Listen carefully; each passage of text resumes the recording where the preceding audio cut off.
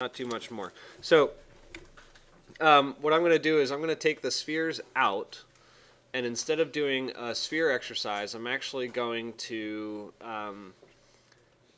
try to construct and locate particular geometry into the space. So I'm going to work with circles instead, so it's not just a sphere anymore, it's a circle.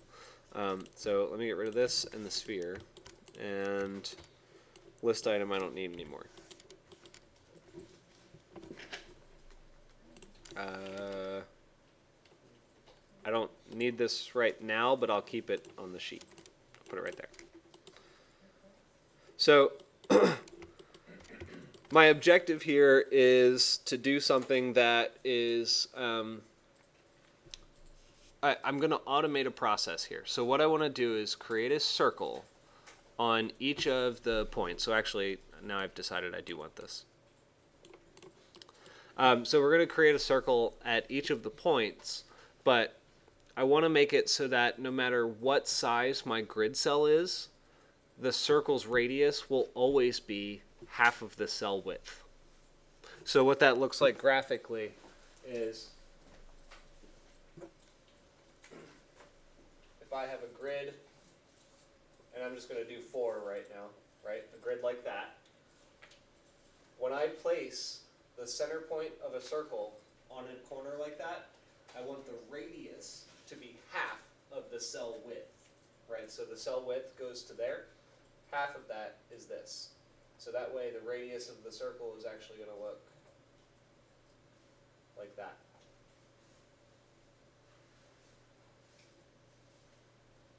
Okay?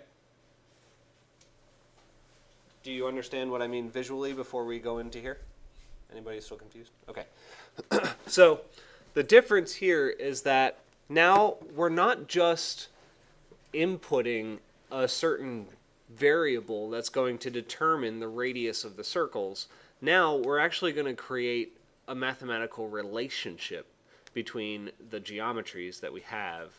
And so when I say that the process is kind of cyclical and we construct and deconstruct and reconstruct, part of that reconstruction process is to kind of reach back into old information and get mathematical references.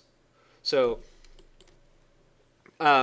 particularly this grid size is going to become ever more important. So I'm going to kind of slide this up like this a little bit so that we can understand what we're doing down here below. So I want to map circles. So let's drop the circle in, and it's a curve, primitive, and we're going to do circle. Not circle CNR, just circle.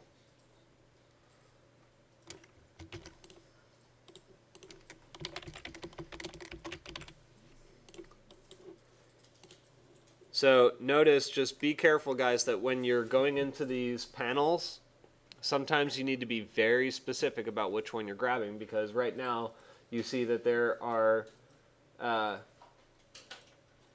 7 different types of circles that you can make. That's kind of a lot. So, and there's actually more, but anyway.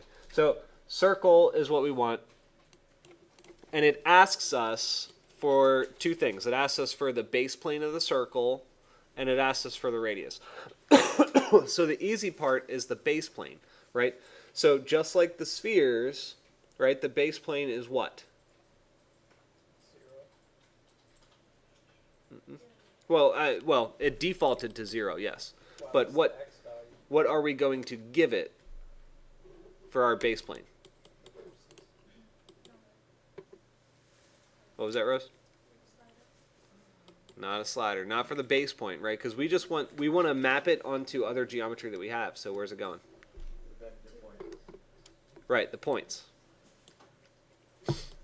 So as soon as we plug that in, we then have a circle at every single one of our points.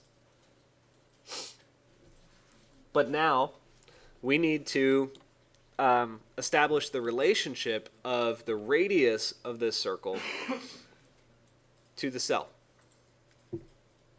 So what that means for us is that we can map it to the number slider in some way. And we actually should, right? So if I, well, let me show you this real quick. So if I just make it a number, right? So I'm going to say 2.5. I know that right now my cell size is 5, and I want to make it half of the size of the cell, right? So that's what I want to happen. But now if I change my cell size, then it's no longer the case. So we need to use a little bit of basic math, and we need to actually map in the size of the cell to it. So I'm going to delete this, and I'm going to show you a new feature. So to get it to be exactly half the size of the cell, there's this really cool thing on the input where if you right-click it, there's this function that's called expression. And if you go all the way down to expression, it pulls out this little text bar. That text bar, the syntax for it, you type in a mathematical formula.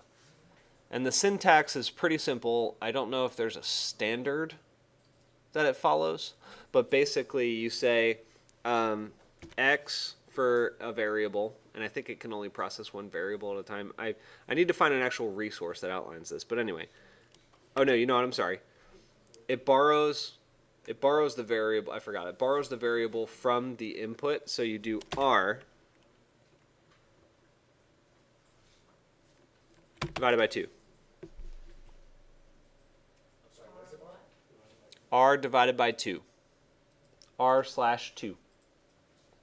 What does expression editor borrow again? It borrows the syntax of the input value. So if it's an R, then you write R, rather than X for the variable.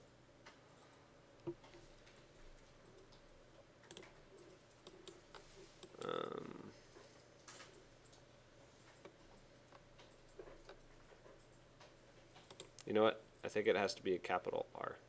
Or maybe it is an X. I forget.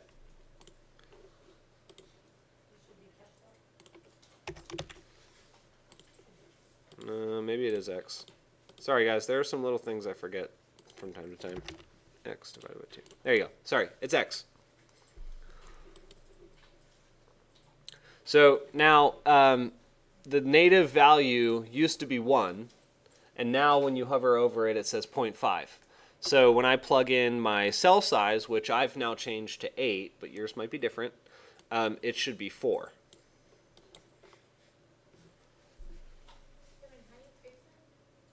Go to expression and change it to x divided by 2. So I was right the first time. I psyched myself out.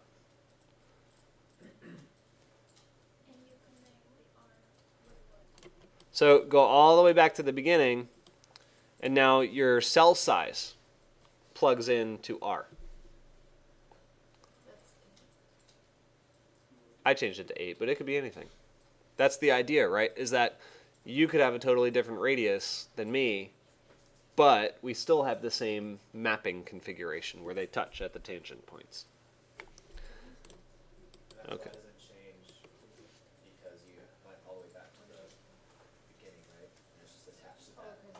Right. So now at any point, if I change the variables here, it's going to change the radius of the circles with it. As my cell size changes, so too does the radius of the circle.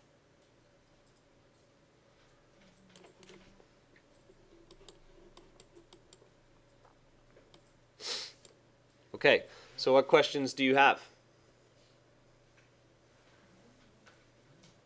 No? All right. Oh yeah, I have one. Yeah. Oh.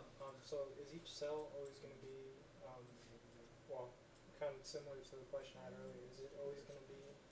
Is the cell always going to look like that? Or can it be like a rectangular shape or something else? That's a good question. I can show you in the next video.